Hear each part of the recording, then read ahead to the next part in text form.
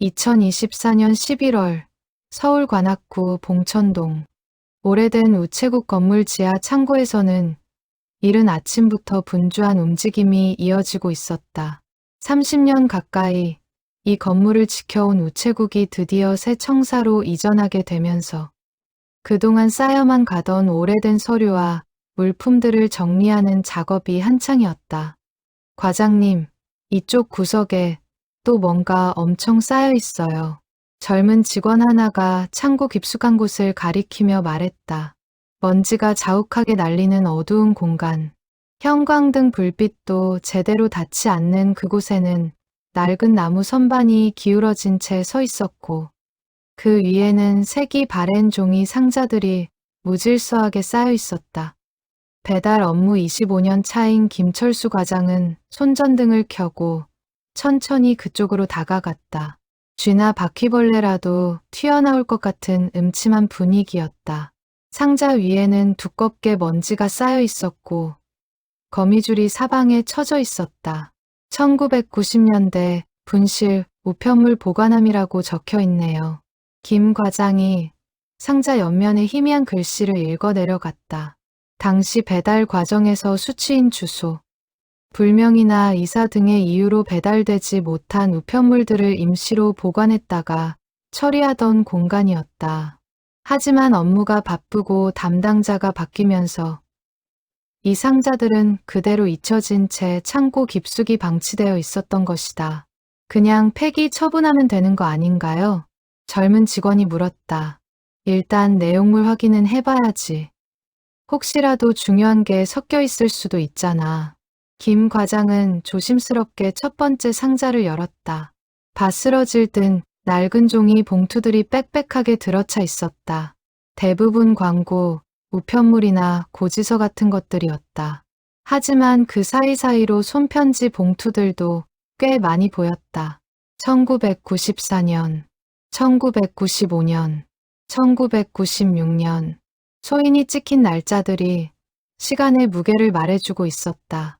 그때는 아직 휴대전화도 귀했고 인터넷도 지금처럼 보편화되지 않았던 시절이었다.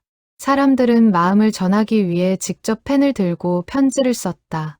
우체통에 넣는 그 순간까지 자신의 진심이 상대방에게 온전히 전달되기를 간절히 바라면서 김 과장은 한 통 한 통 봉투를 꺼내 확인하기 시작했다. 이미 30년이라는 시간이 흘렀기에 대부분은 의미가 없어진 우편물들이었다. 발신인이나 수신인 모두 이미 다른 곳으로 이사를 갔거나 연락처가 바뀌었을 가능성이 컸다. 그런데 한 봉투가 그의 손을 멈추게 했다. 연한 크림색의 편지 봉투. 다른 것들보다 조금 더 두툼했고 정성스럽게 봉인되어 있었다. 봉투 앞면에는 또박또박한 손글씨로 주소와 이름이 적혀 있었다. 서울특별시 강남구 대치동 1, 2, 3에 45 수신인 정미선님. 발신일란에는 서울특별시 관악구 봉천동 678에 90 한승우라고 적혀 있었다. 봉투 오른쪽 상단에 찍힌 소인을 보니 1994년 12월 15일이었다. 정확히 30년 전 겨울이었다. 김 과장은 그 편지를 유심히 바라보았다. 봉투의 무게감이 심상치 않았다. 일반적인 편지에 한두 장이 아니라 꽤 많은 분량이 들어있는 것 같았다. 봉투 뒷면에는 빨간색 하트 스티커가 붙어 있었는데 시간이 지나면서 색이 발해 연분홍색으로 변해 있었다. 이건 연애 편지 같은데요. 옆에서 지켜보던 젊은 직원이 웃으며 말했다. 김 과장도 미소를 지었다. 하트 스티커, 정성스러운 필체, 두툼한 봉투. 분명 누군가 마음을 다해 쓴 편지였다. 그런데 이 편지는 왜 배달되지 못했을까? 봉투 뒷면을 자세히 보니 작은 글씨로 메모가 적혀 있었다. 수취인 주소 이전, 94.12, 20 반송 불가, 발신인 주소 확인 필요. 당시 배달원이 남긴 기록이었다. 수신인이 이사를 가서 배달할 수 없었고 발신인에게 돌려보내려고 했지만 발신인 주소 또한 정확하지 않아 반송도 할 수 없었던 모양이었다. 결국 이 편지는 그대로 보관함에 들어갔고 담당자가 바뀌고 시스템이 바뀌면서 완전히 잊혀져 버린 것이다. 이거 한번 찾아봐야 하는 거 아닌가요? 젊은 직원이 진지한 표정으로 말했다. 30년이나 지났는데 무슨... 김 과장은 말끝을 흐렸다. 하지만 그의 마음 한편에서도 이상한 감정이 일렁이고 있었다. 누군가 정성을 다해 쓴 편지가 30년 동안 어둠 속에 갇혀 있었다는 사실이 묘하게 마음에 걸렸다. 그날 저녁, 김 과장은 그 편지를 집으로 가져왔다. 아내에게 사연을 이야기하자 아내도 신기하다는 표정을 지었다. 열어봐야 하는 거 아니에요. 그건 개인 우편물인데 함부로 열면 안 되지. 하지만 30년이나 지났잖아요. 그리고 발신인이나 수신인을 찾으려면 내용을 확인해야 하는 거 아닌가요? 아내의 말에도 일리가 있었다. 김 과장은 한참을 고민하다가 조심스럽게 봉투를 열었다. 오랜 시간이 지나 풀이 약해진 덕분에 봉투는 쉽게 열렸다. 안에서 편지지 여러 장이 나왔다. 연한 하늘색 편지지에 파란 볼펜으로 빼곡하게 적힌 글씨. 첫 장을 펼치는 순간 김 과장의 눈이 커졌다. 미선아, 이 편지를 쓰는 지금 내 손이 너무 떨려서 글씨가 제대로 써질지 모르겠다. 편지의 첫 문장이었다. 김 과장은 천천히 내용을 읽어 내려가기 시작했다. 그리고 두 번째 문장에서 그는 숨이 멎을 듯한 충격을 받았다. 의사 선생님이 내게 남은 시간이 길지 않다고 했어. 백혈병 말기래. 항암 치료를 받았지만 더 이상 소용이 없다고. 김 과장은 편지를 든 손이 떨렸다. 아내도 옆에서 조용히 숨을 죽이며 함께 읽고 있었다. 편지는 계속되었다. 한승우라는 청년이 정미선이라는 여인에게 보내는 마지막 고백이었다. 그는 대학교 2학년 때 같은 과였던 미선을 처음 만났고 3년 동안 그녀를 짝사랑했다고 했다. 하지만 한 번도 제대로 고백하지 못했다. 용기가 없었고 자격이 없다고 생각했기 때문이었다. 그러던 중 그는 갑자기 쓰러졌고 병원에서 백혈병 진단을 받았다. 1994년 봄이었다. 그는 곧바로 휴학을 하고 치료에 전념했지만 병은 빠르게 악화되었다. 미선아, 나는 내가 도서관에서 책 읽는 모습을 정말 좋아했어. 햇살이 창문으로 들어와 내 머리카락을 비출 때면 세상에서 가장 아름다운 그림 같았어. 편지에는 그가 간직했던 사소한 기억들이 담겨 있었다. 함께 들었던 교양 수업, 학교 축제, 우연히 마주쳤던 복도에서의 짧은 대화. 그는 그 모든 순간을 보물처럼 간직하고 있었다. 그리고 편지의 마지막 부분. 이 편지를 내가 읽을 때쯤이면 나는 아마 이 세상에 없을 거야. 미안해, 미선아. 이렇게 편지로밖에 내 마음을 전하지 못해서. 그리고 고마워. 내가 있었기에 내 대학 생활은 정말 행복했어. 부디 건강하고 내가 꿈꾸던 모든 것을 이루길 바라. 사랑해. 마이너스 1994년 12월 15일 한승우. 편지를 다 읽은 김 과장과 아내는 한참 동안 말이 없었다. 거실에는 묵직한 침묵만이 흘렀다. 이 편지 반드시 전해줘야 해요. 아내가 먼저 입을 열었다. 눈가가 붉어져 있었다. 김 과장도 고개를 끄덕였다. 비록 30년이라는 긴 시간이 흘렀지만 이 마지막 고백은 반드시 정미선에게 전달되어야 했다. 하지만 문제는 어떻게 찾느냐는 것이었다. 다음 날 김철수 과장은 우체국 사무실에 앉아 오래된 주소록과 전산 시스템을 뒤지기 시작했다. 정미선, 1994년 당시 서울 강남구 대치동 거주. 하지만 30년이라는 시간은 너무나 길었다. 당시의 주소 책에는 현재의 도로명 주소와 달라 정확한 위치를 파악하기도 어려웠고 무엇보다 그 사이 몇 번의 이사를 했을 가능성이 컸다. 김 과장은 인터넷 포털 사이트에서 정미선이라는 이름을 검색해 보았다. 수백 개의 결과가 나왔다. 흔한 이름이었다. 나이대를 추정해 1970년대 초반 출생자로 좁혀봐도 여전히 많은 사람들이 검색되었다. 이렇게 찾는 건 불가능해. 한숨을 쉬던 그때 젊은 직원 하나가 다가왔다. 과장님, 그 편지 건 SNS에 올려보는 게 어때요? SNS?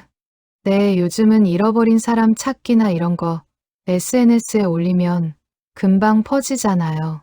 특히 이런 감동적인 스토리는 더 빨리 퍼질 거예요. 김 과장은 처음에는 반신반의했다. 하지만 다른 방법이 없었다. 그는 휴대전화를 꺼내 편지 봉투 사진을 찍었다. 물론 개인정보는 일부 가렸다. 그리고 간단한 설명과 함께 자신의 SNS 계정에 올렸다. 1994년 배달되지 못한 편지를 찾습니다. 발신인 한승우 씨가 수신인 정미선 님께 보낸 마지막 편지입니다. 정미선 님 또는 관련 정보를 아시는 분은 연락 부탁드립니다. 게시물을 올리고 나서 김 과장은 별 기대를 하지 않았다. SNS를 자주 사용하는 편도 아니었고 친구도 많지 않았기 때문이다. 그런데 놀라운 일이 벌어졌다.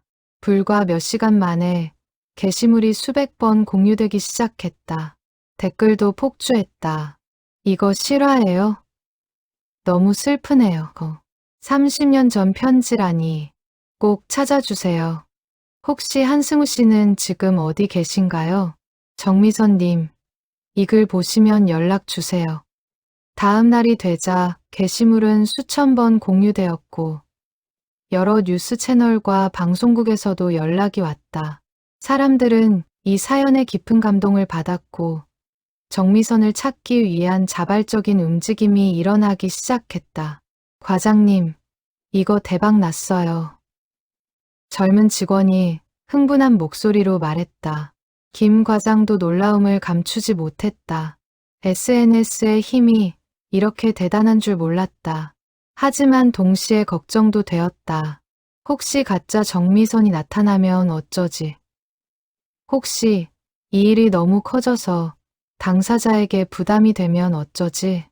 그의 걱정과 달리 사흘째 되던 날 한 통의 전화가 걸려왔다. 여보세요. 우체국 김철수 과장님 맞으신가요? 네, 맞습니다. 제가 정미선의 대학 동창인데요. SNS에서 글을 보고 연락드려요. 김 과장의 심장이 빠르게 뛰기 시작했다. 혹시 정미선 씨의 연락처를 알고 계신가요? 그게 미선이는 지금 외국에 있어요. 남편분이 해외 주재원이셔서 2년 전에 미국으로 이민 갔거든요. 제가 연락처를 드릴게요. 김 과장은 떨리는 손으로 메모를 했다. 그리고 곧바로 국제 전화를 걸었다. 신호음이 몇 번 울린 후 여자의 목소리가 들렸다. 여보세요? 혹시 정미선님 맞으십니까? 네, 그런데 누구세요? 김 과장은 천천히 사연을 설명했다. 1994년 배달되지 못한 편지, 한승우라는 이름, 그리고 편지의 내용까지. 전화기 너머로 긴 침묵이 흘렀다. 한승우, 정미선의 목소리가 떨리고 있었다. 그 이름, 정말 오랜만에 듣네요. 혹시 아시는 분인가요? 네, 대학교 동기였어요. 같은 과 선배였죠. 정미선은 잠시 말을 멈췄다가 다시 이어갔다. 승우 선배는 제가 4학년 때 돌아가셨어요. 백혈병으로. 김 과장은 가슴이 철렁 내려앉는 것을 느꼈다. 편지에 쓰인 대로였다. 한승우는 정말로 세상을 떠났던 것이다. 그럼 이 편지는 제게 보낸 편지였군요. 저는 전혀 몰랐어요. 정미선의 목소리에서 오열이 섞여 나왔다. 1994년 12월에 저희 집이 이사를 했거든요. 아버지 직장 때문에 급하게 이사를 하게 돼서 친구들한테도 제대로 알리지 못했어요. 그때 승우 선배가 편지를 보냈었구나. 전화기 너머로 흐느끼는 소리가 들렸다. 김 과장은 조심스럽게 물었다. 편지 내용을 들어보시겠습니까? 네, 읽어주세요. 부탁드려요. 김 과장은 천천히 그리고 정성스럽게 편지를 읽어주기 시작했다. 한승우가 정미선에게 전하고 싶었던 모든 말들, 30년 동안 어둠 속에 갇혀있던 그 진심들, 편지를 다 읽고 나자 정미선은 한참 동안 울었다. 저는 전혀 몰랐어요. 승우 선배가 저를 그렇게 생각했는지. 당시에 선배와 가까운 사이는 아니셨나요? 아니요. 그냥 같은 과 선후배 사이였어요. 가끔 복도에서 마주치면 인사하는 정도. 승우 선배는 조용하고 내성적인 분이셔서 저도 그냥 착한 선배라고만 생각했어요. 정미선은 코를 훌쩍이며 말을 이었다. 4학년 1학기 때였어요. 갑자기 선배가 학교에 안 나오셨어요. 처음엔 휴학한 줄 알았는데 나중에 친구한테 들었어요. 백혈병으로 투병 중이시라고. 그리고 그해 겨울에 돌아가셨다고 들었어요. 장례식엔 가셨나요? 아니요. 그때 저희 가족이 이사 준비로 너무 바빴거든요. 그리고 솔직히 그렇게 가까운 사이도 아니었고 지금 생각하면 정말 후회돼요. 가볼 걸. 김 과장은 조용히 듣고 있었다. 이 편지 제가 받을 수 있을까요? 정미선이 조심스럽게 물었다. 물론입니다. 원래 주인에게 돌아가야죠. 미국으로 보내드릴까요? 아니요. 제가 다음 달에 한국에 갈 일이 있어요. 그때 직접 받으러 가도 될까요? 물론입니다. 연락 주세요. 전화를 끊고 나서 김 과장은 한참 동안 멍하니 앉아 있었다. 30년 만에 편지가 주인을 찾아간다는 사실이 믿기지 않았다. 그리고 동시에 한승우라는 청년이 끝내 자신의 마음을 전하지 못하고 세상을 떠났다는 사실이 가슴 아팠다. 아니, 어쩌면 지금이라도 전해지는 것이 다행인지도 몰랐다. 30년이 늦었지만 한승우의 마지막 고백은 마침내 정미선에게 닿게 될 것이다. 한 달 후 서울 봉천동 우체국. 김철수 과장은 창가 쪽 자리에 앉아 밖을 내다보고 있었다. 오늘 정미선이 편지를 받으러 온다고 했다. 약속 시간은 오후 2시. 시계를 보니 1시 50분이었다. 김 과장은 책상 서랍에서 조심스럽게 편지 봉투를 꺼냈다. 30년의 세월이 느껴지는 낡은 봉투. 하지만 그 안에 담긴 마음만큼은 여전히 생생했다. 정확히 2시. 우체국 문이 열리며 한 여인이 들어왔다. 50대 초반으로 보이는 그녀는 단정한 차림에 짧은 머리를 하고 있었다. 얼굴에는 세월의 흔적이 있었지만 여전히 단아한 인상이었다. 그 혹시 김철수 과장님 계신가요? 네, 제가 김철수입니다. 김 과장이 일어서서 인사했다. 정미선도 공손하게 고개를 숙였다. 정미선입니다. 전화로 말씀드렸던. 네, 알고 있습니다.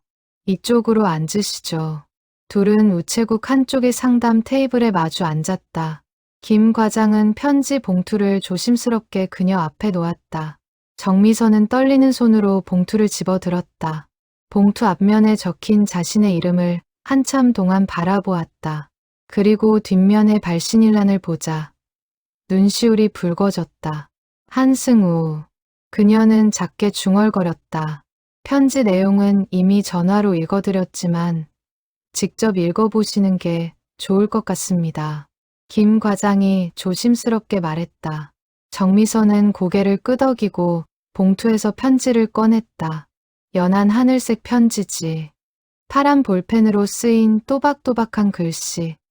그녀는 천천히 첫 문장을 읽기 시작했다. 미선아, 이 편지를 쓰는 지금 내 손이 너무 떨려서. 읽어 내려가면서 그녀의 눈에서 눈물이 흘러내렸다. 중간중간 흐느끼느라 글을 읽지 못하고 멈추기도 했다. 김 과장은 조용히 그녀 옆에 물티슈를 놓아주고 기다렸다. 한참 후 정미선은 편지를 다 읽고 조용히 접었다. 그리고 한참 동안 말없이 앉아 있었다. 전혀 몰랐어요. 그녀가 입을 열었다. 목소리가 떨리고 있었다. 승우 선배가 저를 그렇게 생각하고 계셨는지. 전혀. 당시에 어떤 사이셨나요? 김 과장이 조심스럽게 물었다.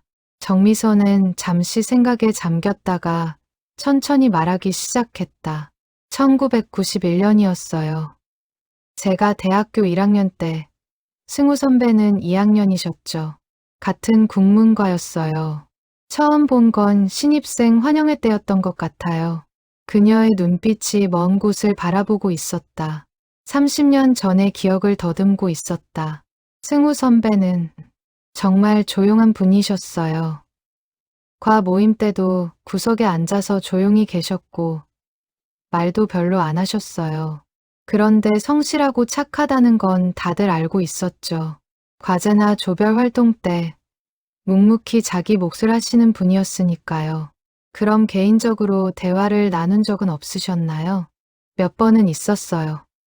도서관에서 우연히 마주쳤을 때라든가 복도에서 만났을 때, 그럴 때 간단히 인사하고 몇 마디 나누는 정도였죠. 요즘 뭐 읽으세요? 그런 가벼운 대화들. 정미선은 잠시 말을 멈췄다가 이어갔다. 그런데 지금 편지를 읽어보니까 승우 선배가 저를 그렇게 자세히 보고 계셨다는 게 믿기지 않아요. 제가 도서관에서 어떤 자리에 앉아 있었는지, 제가 좋아하던 작가가 누군지, 제가 축제 때 무슨 옷을 입었는지 다 기억하고 계셨더라고요. 편지에 그런 내용들이 있었나요? 네, 정말 세세하게요. 저는 기억도 못하는 것들을 선배는 다 기억하고 계셨어요. 어떤 날 제가 우산을 안 가져와서 비를 맞았던 것, 어떤 수업 시간에 제가 발표를 잘했던 것, 제가 도서관에서 울고 있었던 날, 정미선의 목소리가 다시 떨렸다. 저는 그날 왜 울고 있었는지도 기억이 안 나는데, 선배는 그걸 보시고 제가 힘든 시간을 잘 이겨내길 바라셨대요. 말은 못 걸었지만 멀리서 응원하고 있었다고. 김 과장도 가슴이 뭉클해졌다. 1994년이면 선배가 병을 얻으신 해였나요? 네.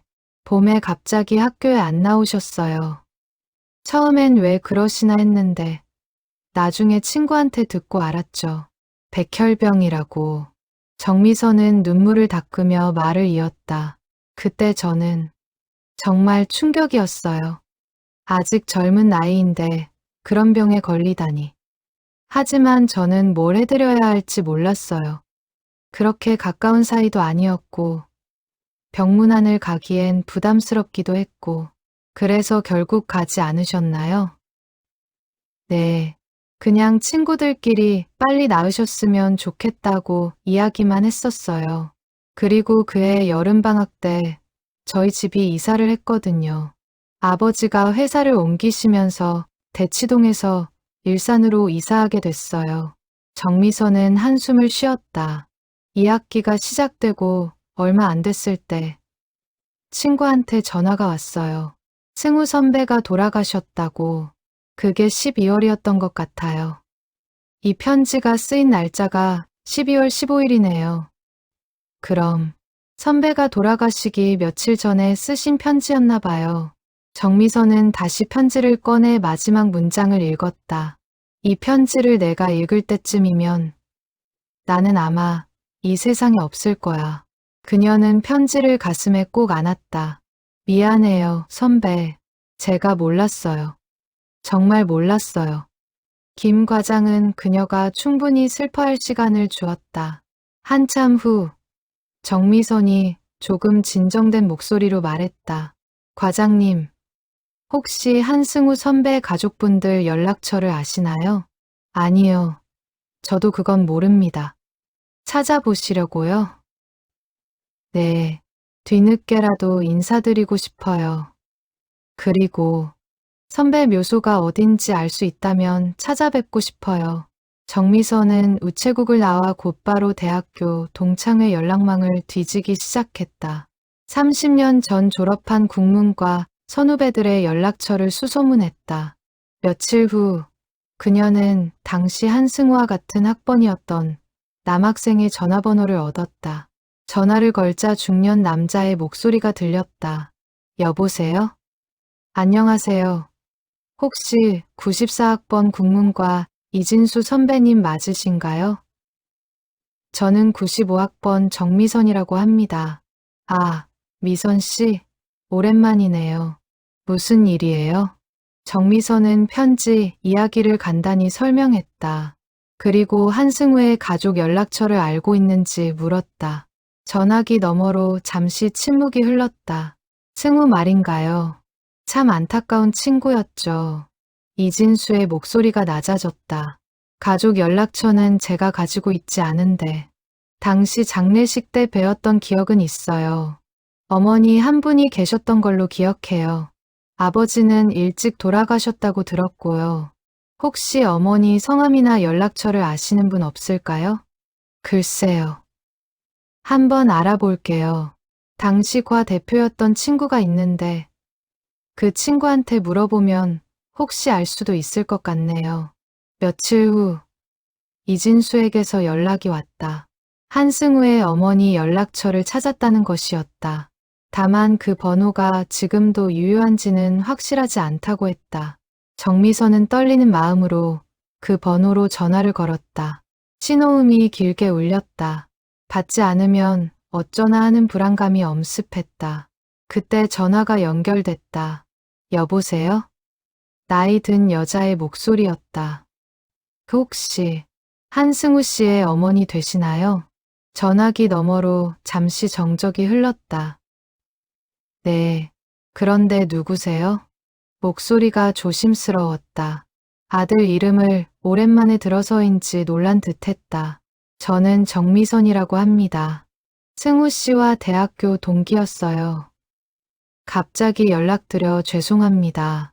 혹시 시간 괜찮으시면 한번 뵙고 싶은데 가능할까요?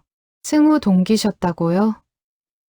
무슨 일이신지 전화로 말씀드리기엔 좀 긴 이야기인데 승우 씨가 남기신 편지를 받게 됐어요. 직접 찾아뵙고 말씀드리고 싶습니다. 한참의 침묵 후 한승우의 어머니가 조용히 말했다. 그러시다면 내일 오후에 댁으로 오실 수 있으세요? 다음 날 정미선은 경기도 안양의 한 주택가를 찾았다. 오래된 빌라 2층. 초인종을 누르자 백발의 노부인이 문을 열었다. 정미선 씨 맞으시죠? 들어오세요. 좁은 거실에는 낡은 가구들이 놓여 있었다. 벽 한쪽에는 영정사진이 걸려 있었다. 흑백 사진 속 젊은 청년이 부드럽게 미소 짓고 있었다. 한승우였다. 정미선은 사진 앞에 서서 깊이 고개를 숙였다. 앉으세요. 노부인이 차를 따라 주었다. 정미선은 가방에서 편지 봉투를 꺼냈다. 이게 무슨 편지인가요? 승우 씨가 돌아가시기 며칠 전에 제게 보낸 편지예요. 그런데 당시 제가 이사를 하는 바람에 배달이 안 됐고 30년 동안 우체국 창고에 보관돼 있었대요. 최근에 우체국에서 발견됐고요. 정미선은 편지를 읽어주었다. 한승우가 정미선을 3년간 짝사랑했던 이야기, 백혈병 투병 중에 쓴 마지막 고백, 그리고 작별 인사까지. 편지를 다 듣고 난 노부인은 한참 동안 말이 없었다. 눈가가 붉어져 있었다. 그 아이가 그런 마음을 품고 있었군요. 노부인은 떨리는 손으로 손수건을 꺼내 눈물을 닦았다. 승우는 정말 조용한 아이였어요. 자기 속마음을 잘 표현하지 않았죠. 병원에 입원해 있을 때도 아프다는 소리 한 번 안 했어요. 그저 괜찮아요. 엄마 그 말만 했죠. 정미선도 눈물을 참지 못했다. 병이 얼마나 빨리 악화되셨나요? 1994년 4월에 처음 진단받았어요. 갑자기 코피가 자주 나고 몸에 멍이 들더니 병원에 갔더니 백혈병이래요. 급성이라고. 곧바로 항암 치료를 시작했는데 노부인은 말을 잇지 못했다. 처음 몇 달은 괜찮은 것 같았어요. 치료가 잘 되는 것 같았고 승우도 힘내서 버티고 있었어요. 그런데 가을쯤부터 갑자기 안 좋아졌어요. 항암제가 더 이상 듣지 않는다고. 의사 선생님이 시간이 얼마 남지 않았다고 하시더라고요. 정미선은 가슴이 먹먹했다. 그때 승우가 편지를 썼나 봐요. 12월 초였을 거예요. 병실에서 혼자 뭔가 열심히 쓰고 있길래 뭐 하냐고 물었더니 그냥 친구한테 편지 쓴다고 했어요. 그게 정미선 씨한테 보내는 편지였군요. 노부인은 영정사진을 바라보았다. 그 아이가 누군가를 좋아했다는 걸 저는 몰랐어요. 한 번도 이성 친구 이야기를 한 적이 없었거든요. 혼자 마음속에만 담아두고 있었나 봐요. 제가 정말 몰랐어요. 만약 알았다면 정미선이 울먹이며 말했다. 아니에요. 미선 씨 잘못이 아니에요. 승우가 표현을 안 한 건데 그 아이 성격이 원래 그랬어요. 표현하는 걸 부끄러워하고 자기 감정을 숨기는. 노부인은 잠시 뭔가 생각하다가 자리에서 일어났다. 잠깐만 기다리세요. 그녀는 안방으로 들어갔다가 낡은 박스 하나를 들고 나왔다. 박스를 열자 오래된 일기장과 사진들이 나왔다. 승우가 남긴 물건들이에요.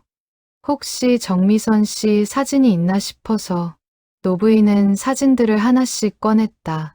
대학 축제 사진, MT 사진, 과 모임 사진들, 그리고 그중 한 장을 발견했다. 이게 미선 씨 아닌가요? 사진 속에는 도서관으로 보이는 곳에서 책을 읽고 있는 여학생이 있었다. 창문으로 들어오는 햇살을 받으며 집중해서 책을 보고 있는 모습. 바로 정미선이었다. 이건 제가 언제 찍힌 건지도 모르겠네요. 승우가 몰래 찍었나 봐요. 뒷면을 보세요. 사진을 뒤집자 작은 글씨가 적혀 있었다. 1993년 10월 12일 도서관. 가을 햇살이 참 예쁜 날. 정미선은 사진을 꼭 쥐고 한참 동안 울었다. 며칠 후 정미선은 한승우 어머니의 안내로 경기도 용인의 한 공원 묘지를 찾았다. 가을 단풍이 물든 언덕을 올라가니 조용한 곳에 한승우의 묘가 있었다. 검은 대리석 묘비에는 간단한 글귀만 새겨져 있었다. 한승우 1972에 1994 영면하소서. 정미선은 묘 앞에 무릎을 꿇고 앉았다. 준비해온 국화꽃을 놓고 한참 동안 말없이 있었다. 노부인이 조용히 물러나 멀리서 기다려 주었다. 정미선 혼자만의 시간이 필요하다는 걸 알았기 때문이다. 선배. 정미선이 입을 열었다. 목소리가 떨렸다. 30년 만에 인사드리네요. 늦어서 정말 죄송해요. 그때 편지를 못 받았어요. 제가 이사를 가는 바람에 선배가 그렇게 힘든 시간을 보내고 계신 줄도 모르고 저는 그냥 일상을 살았어요. 바람이 불어와 나무짚을 흔들었다. 편지 읽었어요. 선배가 저를 그렇게 오래, 그렇게 깊이 생각해 주셨다는 거 전혀 몰랐어요. 저는 그냥 선배를 착하고 조용한 선배라고만 생각했어요. 제가 둔했나 봐요. 아니면 선배가 너무 조용히 마음을 숨기셨거나. 정미선은 잠시 말을 멈추고 눈물을 닦았다. 도서관에서 책 읽는 제 모습을 좋아하셨다고요. 저는 그냥 공부하느라 책을 본 건데 선배는 그 모습을 보면서 행복하셨대요. 미안해요, 선배. 제가 알았더라면 뭔가 해드릴 수 있었을 텐데. 그녀는 가방에서 편지를 꺼냈다. 30년이 지난 지금도 여전히 선명한 파란 글씨. 이 편지 정말 소중하게 간직할게요. 선배의 마지막 마음을 담은 거니까. 그리고 약속할게요. 선배가 편지에 쓰신 것처럼 전 건강하게 잘 살았어요. 결혼도 했고 아이도 낳았어요. 지금은 미국에 살고 있지만 행복하게 잘 지내고 있어요. 정미선은 묘비에 손을 얹었다. 그런데 선배, 궁금한 게 있어요. 만약 그때 편지가 제대로 배달됐다면 어땠을까요? 만약 제가 선배 마음을 알았다면 우리 사이가 달라질 수 있었을까요? 그녀는 쓴웃음을 지었다. 아마 아니었을 것 같아요. 솔직히 말하면 그때 저는 다른 사람을 좋아하고 있었거든요. 같은 과 동기였던 남학생인데 결국 그 사람이랑은 안 됐지만 어쨌든 그때 제 마음은 다른 곳에 있었어요. 그러니까 만약 선배가 고백하셨어도 저는 아마 거절했을 거예요. 정미선의 목소리가 낮아졌다. 그게 더 마음 아파요. 선배는 저를 그렇게 좋아하셨는데 저는 선배를 그런 눈으로 본 적이 없었으니까 미안해요. 정말 미안해요. 바람이 다시 불어왔다. 마치 괜찮다고 말하는 것 같았다. 정미선은 한참을 그렇게 앉아 있었다. 30년 전 세상을 떠난 청년에게 참아하지 못했던 말들을 하나씩 꺼냈다. 미안함, 고마움, 그리움.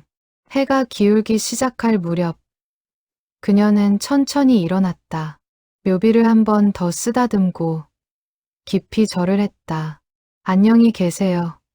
선배, 이제라도 인사드릴 수 있어서, 선배의 마음을 알 수 있어서 다행이에요. 편히 쉬세요. 멀리서 기다리고 있던 노부인이 다가왔다. 다 하셨어요? 네. 어머니, 제가 매년 승우 선배 기일에 찾아뵙고 싶은데 괜찮을까요? 노부인은 정미선의 손을 꼭 잡았다. 고마워요. 미선 씨, 승우가 마지막으로 좋아했던 사람이 이렇게 찾아와 주다니 저도 위로가 돼요. 둘은 함께 묘지를 내려왔다. 단풍잎이 바람에 날리며 그들의 뒤를 따랐다. 며칠 후 미국으로 돌아가기 전날 정미선은 호텔 방에 앉아 편지를 다시 읽었다. 벌써 몇 번째 읽는 건지 모를 정도였다. 읽을 때마다 새로운 문장이 가슴에 와닿았다. 미선아, 나는 내가 웃는 모습을 정말 좋아했어. 특히 친구들이랑 이야기하면서 환하게 웃을 때 세상에서 가장 아름다운 소리 같았어. 정미선은 휴대전화를 꺼내 남편에게 전화를 걸었다. 여보, 나야. 응, 내일 들어오지? 공항에 마중 나갈게. 응, 그런데 여보, 나 너한테 이야기 하나 해줄 게 있어. 무슨 이야기? 정미선은 한승우의 편지 이야기를 들려주었다. 30년 만에 받은 편지. 백혈병으로 세상을 떠난 선배의 마지막 고백. 그리고 자신이 전혀 몰랐던 그의 마음까지.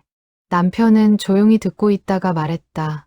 그 선배분, 참 안타깝다. 마지막까지 마음을 전하지 못하고. 응. 그런데 나는 생각해봤어. 만약 그때 편지를 받았다면 어땠을까? 솔직히 나는 그 선배를 남자로 본 적이 없었거든. 그러니까 아마 거절했을 거야. 그럼 선배는 더 마음 아팠을 거고. 그럼 차라리 이렇게 된 게 나은 건가? 모르겠어. 하지만 지금이라도 그분 마음을 알게 돼서 그리고 감사하다고 말할 수 있어서 다행이라고 생각해. 비록 30년이 늦었지만 전화를 끊고 나서 정미선은 창밖을 바라보았다. 서울의 밤 풍경이 아름답게 빛나고 있었다. 그녀는 가방에서 한승우 어머니가 준 사진을 꺼냈다.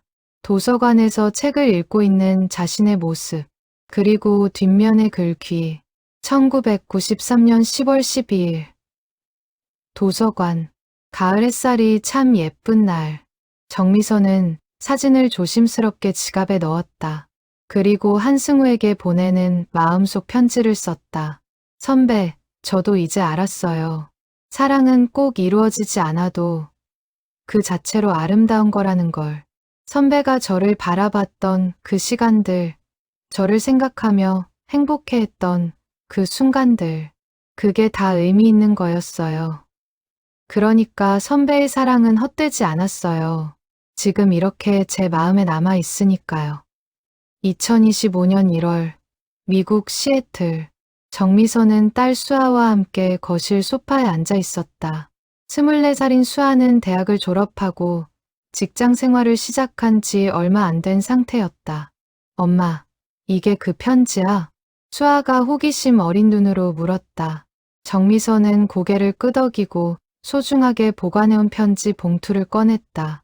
한국에 다녀온 후 그녀는 편지를 특별한 액자에 넣어 서재에 보관하고 있었다.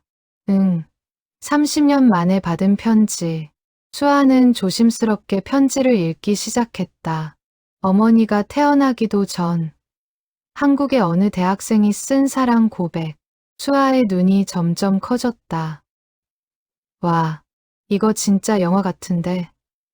30년 동안 배달 안 된 편지라니. 그렇지. 나도 처음 받았을 때 믿기지 않았어. 수아는 편지를 다 읽고 나서 어머니를 바라보았다. 그런데 엄마, 궁금한 게 있어. 만약 그때 이 편지를 받았다면 어땠을 것 같아? 정미선은 잠시 생각했다. 글쎄, 아마 거절했을 거야. 왜? 그때 나는 승우 선배를 그런 눈으로 본 적이 없었거든. 그냥 착한 선배라고만 생각했지. 이성으로 본 적은 없었어. 그리고 솔직히 그때 나는 다른 사람을 좋아하고 있었고. 수아는 고개를 끄덕였다. 그럼 차라리 이렇게 된 게 나은 건가? 모르겠어. 하지만 한 가지는 확실해. 만약 그때 편지를 받고 거절했다면 승우 선배는 마음 아파했을 거고 나도 미안해서 괴로웠을 거야. 그런데 지금은 선배가 이미 세상을 떠났기 때문에 나는 그냥 고맙다고 미안하다고 말할 수 있어. 그게 더 평화로운 것 같아. 수아는 편지를 다시 들여다보았다. 엄마, 이 선배분 정말 섬세한 분이었나 봐. 엄마가 도서관에서 어떤 책 읽었는지, 어떤 옷 입었는지까지 다 기억하고 있었잖아. 응, 나는 전혀 몰랐는데 선배는 나를 그렇게 자세히 보고 있었대. 짝사랑의 힘이네. 수아가 웃으며 말했다.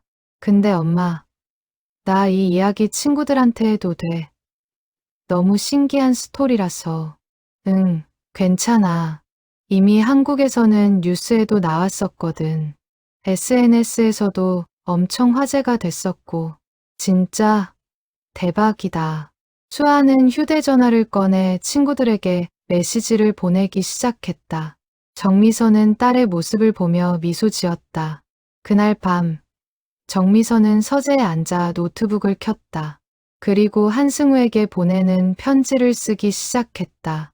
물론 그가 읽을 수는 없지만 그녀는 자신의 마음을 정리하고 싶었다. 승우 선배에게 선배가 편지를 쓴 지 30년이 지났네요. 저는 지금 50살이 됐고 미국에 살고 있어요. 남편도 있고 딸도 있어요.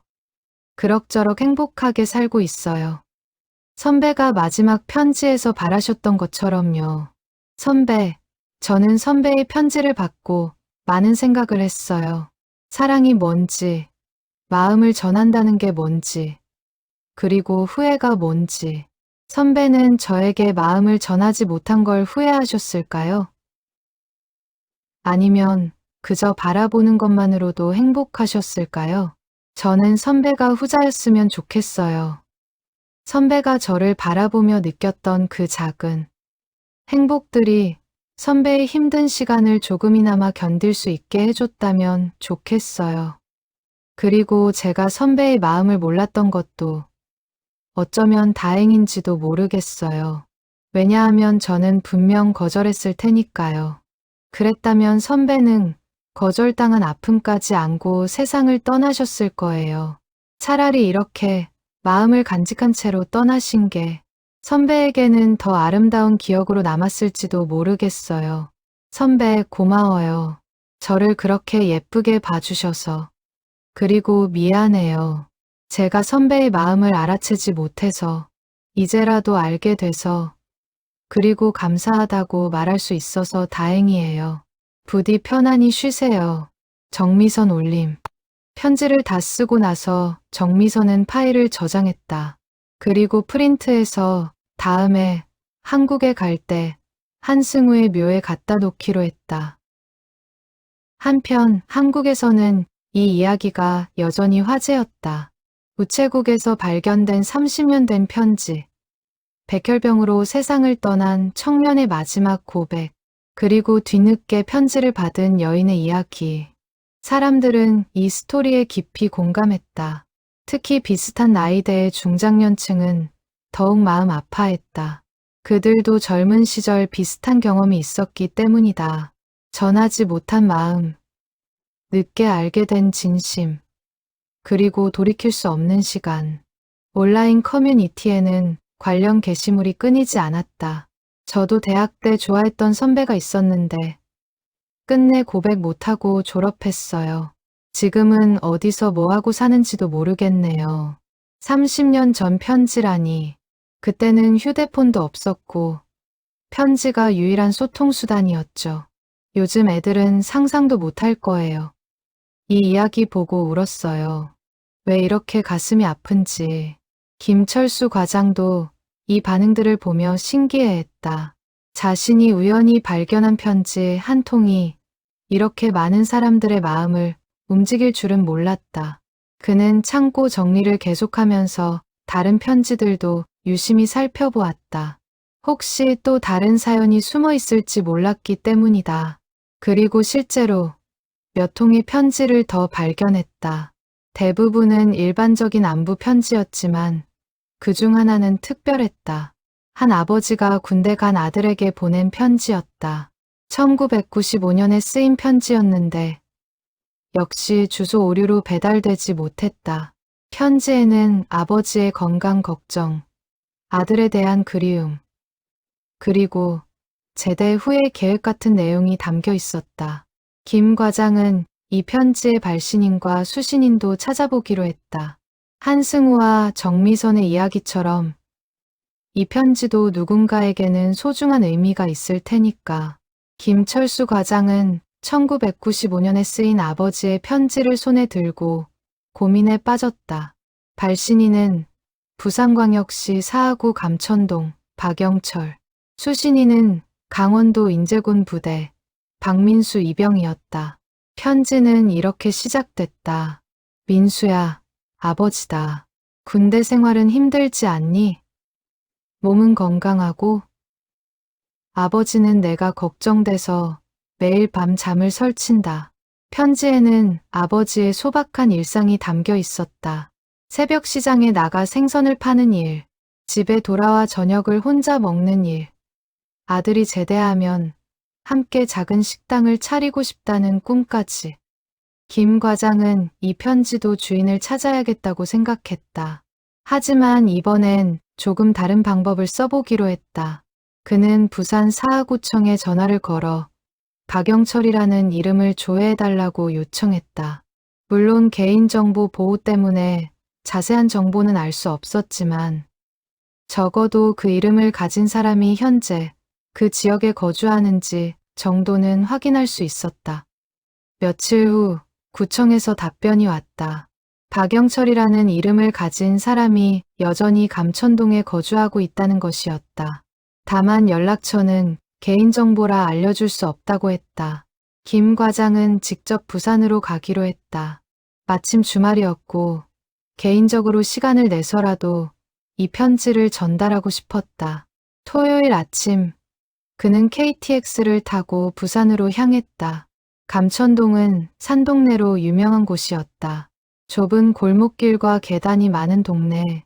김 과장은 동네 주민들에게 박영철이라는 이름을 아느냐고 물어봤다. 다행히 작은 동네라 그런지 몇 사람에게 물어보자 금방 찾을 수 있었다. 아, 박영철 씨요? 저기 골목 올라가면 생선 가게 있어요. 거기 주인장이 박영철 씨예요. 김 과장은 좁은 골목을 올라갔다. 계단을 몇 번 오르자 작은 생선 가게가 나왔다. 가게 앞에는 얼음 위에 놓인 신선한 생선들이 진열돼 있었다. 어서 오세요. 가게 안에서 70대로 보이는 노인이 나왔다. 그 혹시 박영철 씨 맞으십니까? 네. 그런데 누구세요? 김 과장은 자신을 소개하고 편지 이야기를 꺼냈다. 박영철 노인의 얼굴이 놀라움으로 가득 찼다. 1995년에 아들한테 보낸 편지라고요? 그게 배달이 안 됐다고요? 네, 우체국 창고에서 발견됐습니다. 주소 오류로 반송됐는데 보관함에 그대로 있었던 것 같습니다. 김 과장은 편지 봉투를 꺼내 보여줬다. 박영철 노인은 떨리는 손으로 봉투를 받았다. 이게 내 글씨네. 노인은 가게 안으로 들어가 안경을 꺼내 쓰고 편지를 읽기 시작했다. 한참 후 그의 눈가가 붉어졌다. 그때 생각이 나네. 민수가 군대 갔을 때였지. 내가 얼마나 걱정했는지. 아드님은 지금 어디 계신가요? 노인은 쓴웃음을 지었다. 민수는 지금 캐나다에 살아요. 거기서 결혼해서 애들도 낳고 잘 살고 있죠. 그럼 연락은 하시나요? 가끔요. 1년에 한두 번? 명절 때 전화 오고. 그 정도? 노인의 목소리에는 아쉬움이 묻어났다. 제대하고 나서 식당 차리자고 했었는데 민수는 대학 졸업하고 대기업 들어갔어요. 그러더니 몇 년 후에 해외 발령 나갔고 거기서 결혼해서 그냥 눌러 앉았죠. 뭐 잘된 일이긴 한데 김 과장은 조용히 들었다. 이 편지 민수한테 보내줘야 하나요? 노인이 물었다. 그건 아버님께서 결정하실 일입니다.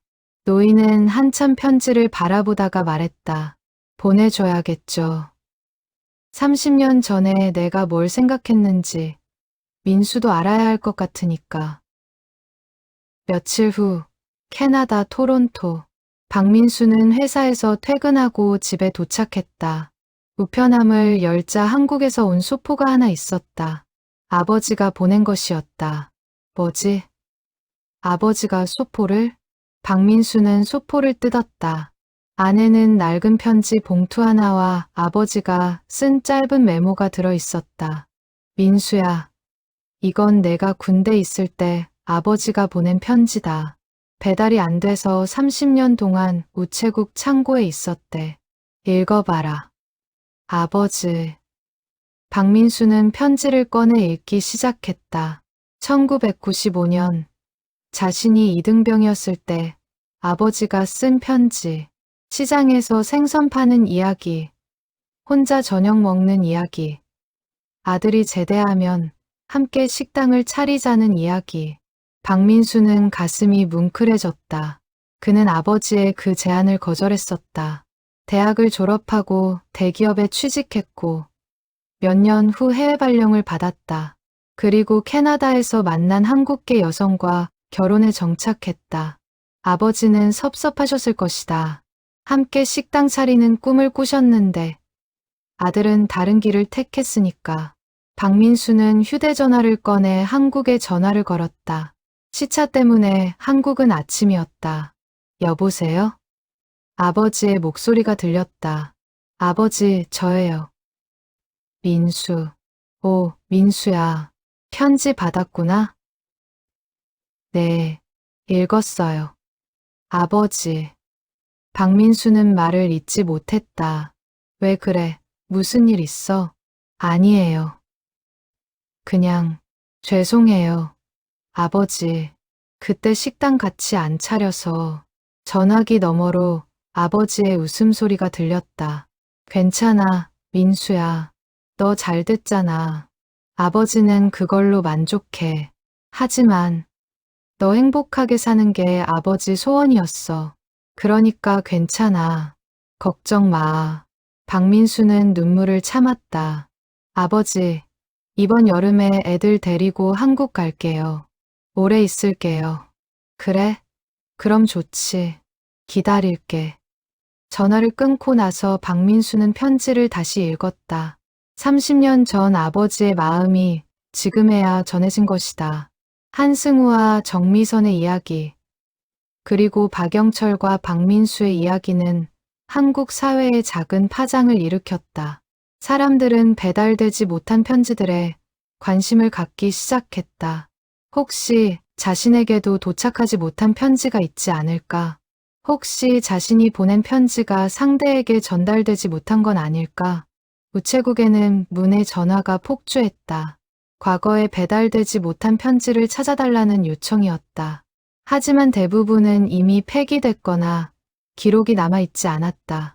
그런 가운데 김철수 과장은 창고 정리를 계속하면서 또 다른 편지들을 발견했다.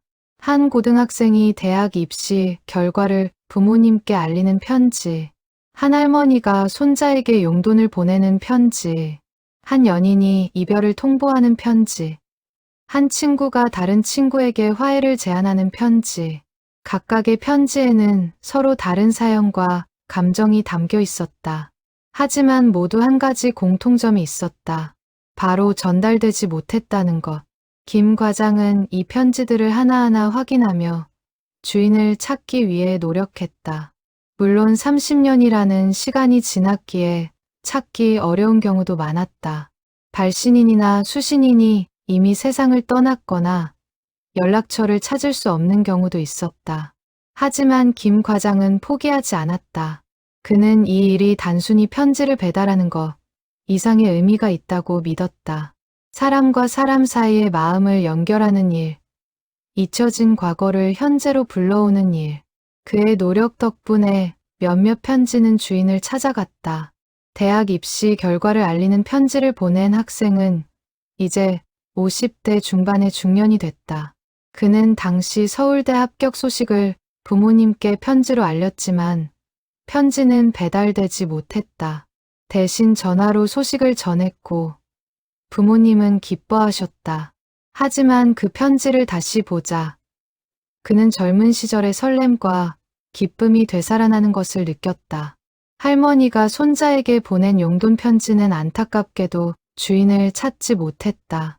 할머니는 이미 10년 전에 돌아가셨고 손자의 행방도 알 수 없었다.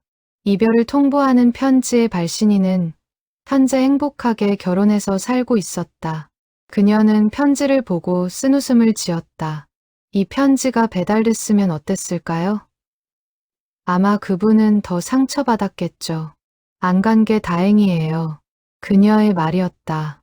화해를 제안하는 편지는 감동적인 결말을 맞았다. 발신인과 수신인은 30년 동안 연락을 끊고 지냈는데 이 편지를 계기로 다시 만나게 됐다. 둘은 오랜 오해를 풀고 우정을 회복했다. 이런 이야기들이 언론을 통해 알려지면서 편지 찾기 프로젝트라는 이름이 붙었다. 김철수 과장은 일약 유명인이 됐고 여러 방송에 출연해 이야기를 들려줬다. 하지만 그는 결코 자신을 주인공으로 내세우지 않았다. 그저 편지들과 그 안에 담긴 사연들을 소개할 뿐이었다. 저는 그냥 배달부일 뿐입니다.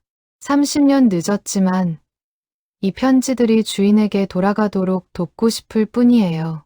그의 겸손한 태도는 많은 사람들에게 감동을 줬다. 한편 정미선은 미국에서 이 소식을 접했다. 그녀는 자신의 이야기가 이렇게 큰 파장을 일으킬 줄 몰랐다. 처음에는 당황스러웠지만 점차 받아들이게 됐다. 그리고 이 일이 의미 있는 일이라는 것도 깨달았다. 많은 사람들이 그녀에게 연락을 해왔다. 댓글과 메시지로 위로와 응원을 보냈다. 그 중에는 비슷한 경험을 가진 사람들도 많았다. 저도 대학 때 좋아했던 선배가 있었는데 고백하지 못하고 헤어졌어요. 이 이야기를 보고 그분이 생각났어요. 제 남편도 저한테 3년 동안 짝사랑했대요. 저는 전혀 몰랐는데 나중에 고백받고 깜짝 놀랐죠. 우리는 지금 행복하게 살고 있어요. 30년 전 제가 보낸 편지도 상대방이 받았을까요? 궁금하네요. 정미선은 이런 메시지들을 하나하나 읽으며 마음이 따뜻해졌다. 한승우의 편지가 단지 자신에게만 의미가 있는 게 아니라 많은 사람들에게 공감과 위로를 주고 있었다. 그녀는 딸 수아와 함께 앉아 이야기를 나눴다. 엄마, 이 이야기 정말 많은 사람들한테 감동을 주고 있어. 그러게. 나도 놀랐어. 엄마는 이제 어떻게 할 거야? 계속 이 일에 관여할 거야? 정미선은 잠시 생각했다. 글쎄, 나는 그냥 편지를 받은 사람일 뿐이야. 특별히 더 할 일은 없을 것 같아. 다만 매년 승우 선배 기일에는 한국에 가서 묘소를 찾아뵐 생각이야. 그리고 어머니도 뵙고, 그게 내가 할 수 있는 일인 것 같아. 수아는 고개를 끄덕였다. 좋은 생각이야, 엄마. 2025년 12월, 정확히 한승우가 세상을 떠난 지 31년이 되는 날, 정미선은 딸 수아와 함께 한국을 찾았다. 이번에는 남편도 함께였다. 그들은 용인의 공원묘지로 향했다. 한승우의 묘 앞에는 이미 꽃이 놓여 있었다. 한승우 어머니가 먼저 와 계셨던 것이다. 어머니, 정미선이 다가가자 노부인은 반갑게 맞아주었다. 미선 씨, 올해도 와줬네요. 고마워요. 당연히 와야죠. 그리고 올해는 가족들도 함께 왔어요. 정미선은 남편과 딸을 소개했다. 노부인은 수아를 보며 미소 지었다. 참 예쁘게 컸네요. 승우가 봤으면 좋아했을 텐데. 그들은 함께 묘 앞에 절을 하고 꽃을 놓았다. 그리고 한참 동안 조용히 앉아 있었다. 정미선은 가방에서 편지를 꺼냈다. 작년에 자신이 쓴 편지였다. 그녀는 그것을 묘비 앞에 놓았다. 선배, 1년이 또 지났어요. 저는 여전히 잘 지내고 있어요. 올해는 가족들과 함께 왔어요. 남편이랑 딸도 선배한테 인사하고 싶대요. 수아가 앞으로 나와 절을 했다. 승우 선배님, 저는 엄마 딸 수아예요. 선배님 편지 읽었어요. 정말 감동적이었어요. 엄마를 그렇게 소중하게 생각해 주셔서 감사해요. 정미선의 남편도 절을 했다. 선배님, 저는 미선의 남편입니다. 선배님 덕분에 제 아내가 어떤 사람이었는지 더 잘 알게 됐어요. 감사합니다. 한승우 어머니는 그 모습을 보며 눈물을 닦았다. 승우가 보고 있을 거예요. 분명히. 그들은 한참 동안 그곳에 머물렀다. 겨울 바람이 차갑게 불었지만 마음만큼은 따뜻했다. 그날 저녁, 정미선 가족과 한승우 어머니는 함께 저녁 식사를 했다. 노부인은 한승우의 어린 시절 이야기를 들려줬다. 말수가 적었지만 착했던 아이, 책 읽기를 좋아했던 아이, 그림 그리기를 좋아했던 아이. 승우가 대학 들어가서 국문과 간다고 했을 때 저는 사실 걱정했어요. 돈이 안 될 것 같아서요. 하지만 승우는 자기가 좋아하는 걸 하고 싶다고 했어요. 그래서 허락했죠. 노부인은 잠시 말을 멈췄다가 이어갔다. 그런데 병에 걸렸어요.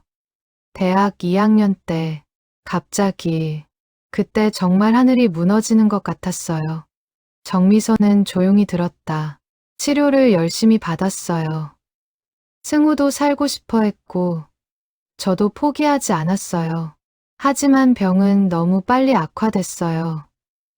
노부인의 목소리가 떨렸다. 마지막 며칠은 정말 힘들었어요. 승우가 너무 아파했거든요. 하지만 끝까지 약한 모습 안 보이려고 했어요. 제 앞에서는 항상 웃으려고 했죠. 정미선도 눈물을 흘렸다. 그런데 이제 와서 생각해보면 승우가 미선 씨를 생각하면서 그나마 버틸 수 있었던 것 같아요. 미선 씨가 있었기에 승우는 대학 생활이 행복했을 거예요. 어머니, 미선 씨가 승우의 편지를 받아주고 이렇게 찾아와 주니까 저도 위로가 돼요. 승우의 마음이 헛되지 않았다는 걸 알게 돼서요. 수아가 할머니의 손을 꼭 잡았다. 할머니, 저희가 매년 올게요. 승우 선배님 기일마다. 노부인은 수아의 손을 쓰다듬으며 고개를 끄덕였다. 다음 날, 정미선은 서울 봉천동 우체국을 찾았다. 김철수 과장을 만나기 위해서였다. 김 과장은 반갑게 그녀를 맞아주었다. 미선 씨, 오랜만이에요. 과장님, 잘 지내셨어요? 네, 덕분에요. 요즘도 편지 찾는 일 계속하고 있어요. 김 과장은 최근에 찾은 편지들의 이야기를 들려줬다. 그 중에는 감동적인 이야기도 있었고 안타까운 이야기도 있었다. 과장님, 정말 대단하세요. 이 일을 계속하시다니. 아니에요. 저는 그냥 제 일을 하는 거예요. 편지를 배달하는 게 우체부의 일이잖아요. 비록 30년 늦었지만요. 정미선은 미소 지었다. 과장님 덕분에 저는 소중한 선물을 받았어요. 승우 선배의 마음을 알게 됐으니까요. 그 선배분도 기뻐하실 거예요. 자신의 마음이 전달됐으니까요. 둘은 한참 동안 이야기를 나눴다. 편지에 대해, 사람들의 마음에 대해, 그리고 시간에 대해. 과장님, 이 일 언제까지 하실 거예요? 창고에 있는 편지를 다 찾아줄 때까지요. 아직 몇백 통이 더 남아있거든요. 정말 대단하세요. 김 과장은 고개를 저었다. 대단한 건 이 편지들을 쓴 사람들이에요. 누군가를 생각하며 마음을 담아 글을 쓰는 거. 쉬운 일이 아니잖아요. 저는 그냥 그 마음을 전달하는 사람일 뿐이에요. 정미선은 감동받았다. 그리고 생각했다. 세상에는 김철수 과장 같은 사람이 더 많아져야 한다고. 남의 마음을 소중히 여기고 작은 일에도 최선을 다하는 사람들이. 2026년 봄, 김철수 과장의 편지 찾기 프로젝트는 2년째 이어지고 있었다. 그는 이제 전국적으로 유명해졌고 여러 우체국에서 비슷한 프로젝트가 시작됐다. 배달되지 못한 옛 편지들을 찾아 주인에게 돌려주는 일. 물론 모든 편지가 감동적인 결말을 맞는 것은 아니었다. 주인을 찾지 못하는 경우도 많았고 찾았어도 별다른 반응이 없는 경우도 있었다. 하지만 김 과장은 포기하지 않았다. 그는 매일 아침 출근해서 창고의 낡은 편지들을 하나씩 꺼내 읽었다. 그리고 발신인과 수신인을 찾기 위해 인터넷을 검색하고 전화를 걸고 때로는 직접 찾아가기도 했다. 그의 헌신적인 노력은 사회적으로 큰 반향을 일으켰다. 특히 젊은 세대들에게는 신선한 충격이었다. 요즘은 카카오톡이나 문자 메시지로 간단히 소통하는 시대인데 30년 전 사람들은 손으로 편지를 썼다는 것, 그리고 그 편지 하나하나에 진심이 담겨 있었다는 것. 편지의 힘이라는 다큐멘터리가 제작됐다. 김철수 과장의 프로젝트를 밀착 취재한 것이었다. 다큐는 여러 편지들의 이야기를 다뤘고 그중 한승우와 정미선의 이야기도 포함됐다. 정미선은 다큐멘터리 촬영을 위해 다시 한국을 방문했다. 그녀는 카메라 앞에서 한승우의 편지를 읽어주었다. 그리고 자신의 솔직한 감정을 이야기했다. 저는 승우 선배의 마음을 전혀 몰랐어요. 만약 알았더라도 아마 저는 거절했을 거예요. 왜냐하면 그때 제 마음은 다른 곳에 있었으니까요. 카메라가 그녀를 클로즈업했다. 하지만 지금은 고마워요. 선배가 저를 그렇게 예쁘게 봐주셨다는 것.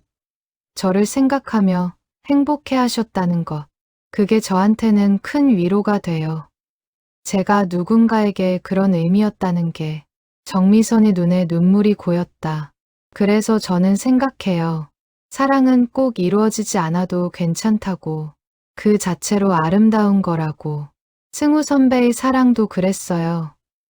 이루어지지 않았지만 그 자체로 아름다웠어요. 다큐멘터리는 큰 화제를 모았다. 특히 중장년층의 반응이 뜨거웠다. 많은 사람들이 자신의 젊은 시절을 떠올렸고 전하지 못했던 마음을 회상했다. 온라인 커뮤니티에는 관련 게시물이 쏟아졌다. 저도 대학 때 좋아했던 사람이 있었는데 결국 고백 못하고 졸업했어요. 그 사람 지금 뭐 하고 살까? 30년 전에는 편지가 유일한 소통수단이었죠. 요즘 애들은 상상도 못할 거예요. 이 다큐 보고 울었어요. 왜 이렇게 마음이 아픈지. 한편 한승우 어머니는 조용한 집에서 다큐멘터리를 시청하고 있었다. 화면에는 승우의 묘가 비쳤다. 그리고 정미선이 묘 앞에서 절하는 모습. 카메라는 묘비에 새겨진 이름을 클로즈업했다. 한승우 1972에 1994.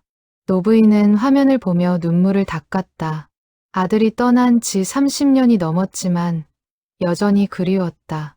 아니, 시간이 지날수록 더 그리운 것 같았다. 하지만 동시에 위로도 됐다. 아들의 마음이 헛되지 않았다는 것. 그리고 많은 사람들이 아들의 이야기에 감동받고 있다는 것. 승우야, 내 편지가 이렇게 많은 사람들한테 감동을 주고 있어. 자랑스럽구나. 노부인은 혼자 중얼거렸다. 다큐멘터리 방영 후 김철수 과장에게는 전국에서 편지가 쏟아졌다. 감사 편지, 격려 편지, 그리고 자신도 비슷한 경험이 있다는 사연 편지들. 김 과장은 그 편지들을 하나하나 읽으며 마음이 따뜻해졌다. 자신이 한 일이 많은 사람들에게 의미가 있었다는 것을 알게 됐다. 그중 한 편지가 특히 그의 마음을 움직였다. 발신인은 이수진, 65세였다. 김철수 과장님께 저는 다큐멘터리를 보고 이 편지를 씁니다. 저도 과장님처럼 누군가의 마음을 전달하는 일을 하고 싶어졌습니다. 저는 작은 서점을 운영하고 있습니다. 요즘은 사람들이 책을 잘 안 읽어서 장사가 안 되지만 그래도 계속 운영하고 있어요. 왜냐하면 책 속에는 사람들의 마음이 담겨 있으니까요. 과장님의 이야기를 보고 생각했습니다. 저도 제 서점을 통해 사람들의 마음을 연결할 수 있지 않을까. 그래서 마음 전달 프로젝트를 시작하려고 합니다. 손님들이 서점에 편지를 남기면 저는 그것을 다른 손님에게 전달하는 거예요. 익명으로요. 마치 과장님이 하신 것처럼. 과장님 덕분에 용기를 얻었습니다. 감사합니다. 이수진 올림. 김 과장은 그 편지를 읽고 미소 지었다. 자신의 작은 노력이 또 다른 사람에게 영감을 줬다니 기뻤다. 그는 이수진에게 답장을 썼다. 이수진 님께 반갑습니다. 편지 잘 받았습니다. 마음 전달 프로젝트 정말 좋은 아이디어네요. 저도 응원하겠습니다. 사람의 마음은 시간이 지나도 변하지 않습니다. 30년 전 편지든 오늘 쓴 편지든 그 안에 담긴 진심은 똑같습니다. 이수진 님의 서점이 많은 사람들의 마음을 연결하는 공간이 되길 바랍니다. 화이팅! 김철수 올림. 2026년 12월 한승우가 세상을 떠난 지 정확히 32년이 되는 날, 정미선은 또다시 한국을 찾았다. 이번에는 혼자였다. 남편과 딸은 미국에서 일이 있어 함께 오지 못했다.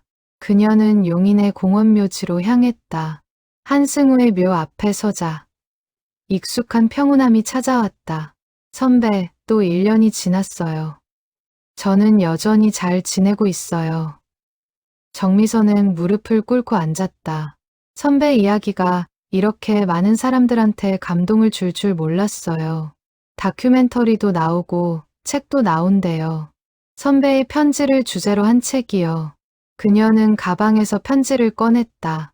벌써 몇 번이나 읽었는지 모를 정도로 낡았지만 여전히 소중했다. 선배, 저 이제 알 것 같아요. 선배가 왜 이 편지를 쓰셨는지, 전달될 수 있을지 없을지도 모르면서 정미선의 목소리가 떨렸다. 선배는 그냥 마음을 표현하고 싶으셨던 거죠. 결과와 상관없이 그냥 자신의 진심을 글로 남기고 싶으셨던 거. 그리고 그게 맞아요. 이루어지지 않아도 괜찮아요. 마음을 표현하는 것 자체가 의미 있는 거니까. 그녀는 편지를 가슴에 안았다. 고마워요, 선배. 저를 그렇게 사랑해 주셔서, 그리고 이 편지를 남겨주셔서 선배 덕분에 저는 많은 걸 배웠어요. 바람이 불어와 나무숲을 흔들었다. 마치 한승우가 대답하는 것 같았다. 정미선은 한참 동안 그곳에 앉아 있었다. 32년 전 세상을 떠난 청년과 그의 편지를 32년 만에 받은 여인. 시간은 많이 흘렀지만 그들 사이의 연결은 여전히 살아 있었다. 해가 지기 시작했다. 정미선은 천천히 일어나 묘비를 한 번 더 쓰다듬었다. 안녕히 계세요. 선배, 내년에 또 올게요. 그녀는 묘지를 내려왔다. 그리고 생각했다. 편지는 단순한 종이가 아니다. 그 안에는 사람의 마음이 담겨 있다. 시간이 지나도, 세상이 변해도 그 마음만큼은 변하지 않는다. 한승우의 편지가 30년 동안 어둠 속에 잠들어 있었지만 결국 빛을 보게 됐다. 그리고 많은 사람들의 마음을 움직였다. 이것이 편지의 힘이다. 이것이 마음의 힘이다. 정미선은 따뜻한 미소를 지으며 걸음을 옮겼다. 그녀의 손에는 여전히 그 낡은 편지가 들려 있었다. 30년 만에 돌아온 편지. 그리고 영원히 간직될 사랑.